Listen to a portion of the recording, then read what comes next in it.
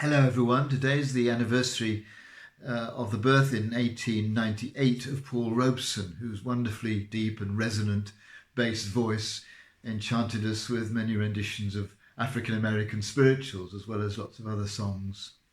These spirituals were songs of freedom. Some of the plantation owners were quite happy to have the slaves sing them, because they thought the freedom they were singing about was up in heaven, pie in the sky when you die kind of thing. So they felt it was probably a good thing to have the slaves concentrating on what was going to happen to them beyond death, because it stopped them being so concerned to seek freedom in this life.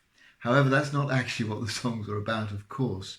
They were about real freedom and the slaves longing for it.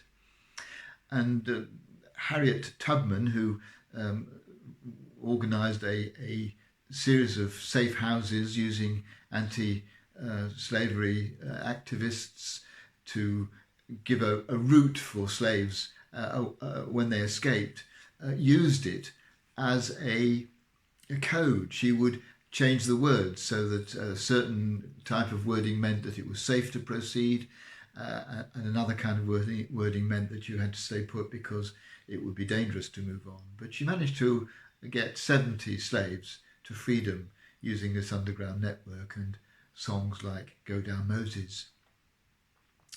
Freedom is something that's very relevant to the thinking that we're doing this week about Easter. When Christ appeared to his disciples, one of his most frequent comments was, "Do not be afraid."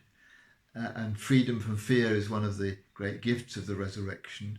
We don't any longer need to fear because we have seen the triumph of love over everything that threatens to undermine human happiness and loving. And so as we celebrate freedom, we can enjoy the fruits of it.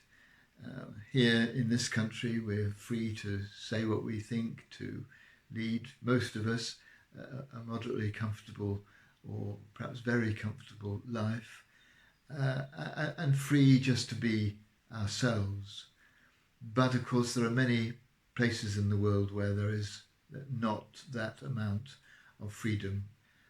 People are restricted by poverty, by political oppression, by the rules and regulations which prevent them practicing their religion or saying what they think. And so we need, perhaps as part of our response to the freedom that we've received in the resurrection, the freedom that we experience, whether we're Christians or not, in this country, by working in whatever way we can to bring freedom for others.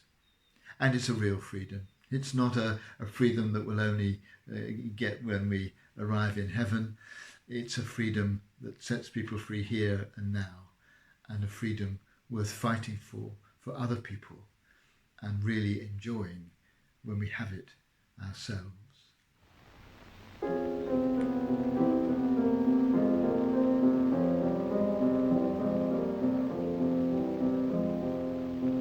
When Israel was in Egypt's land, let my people go.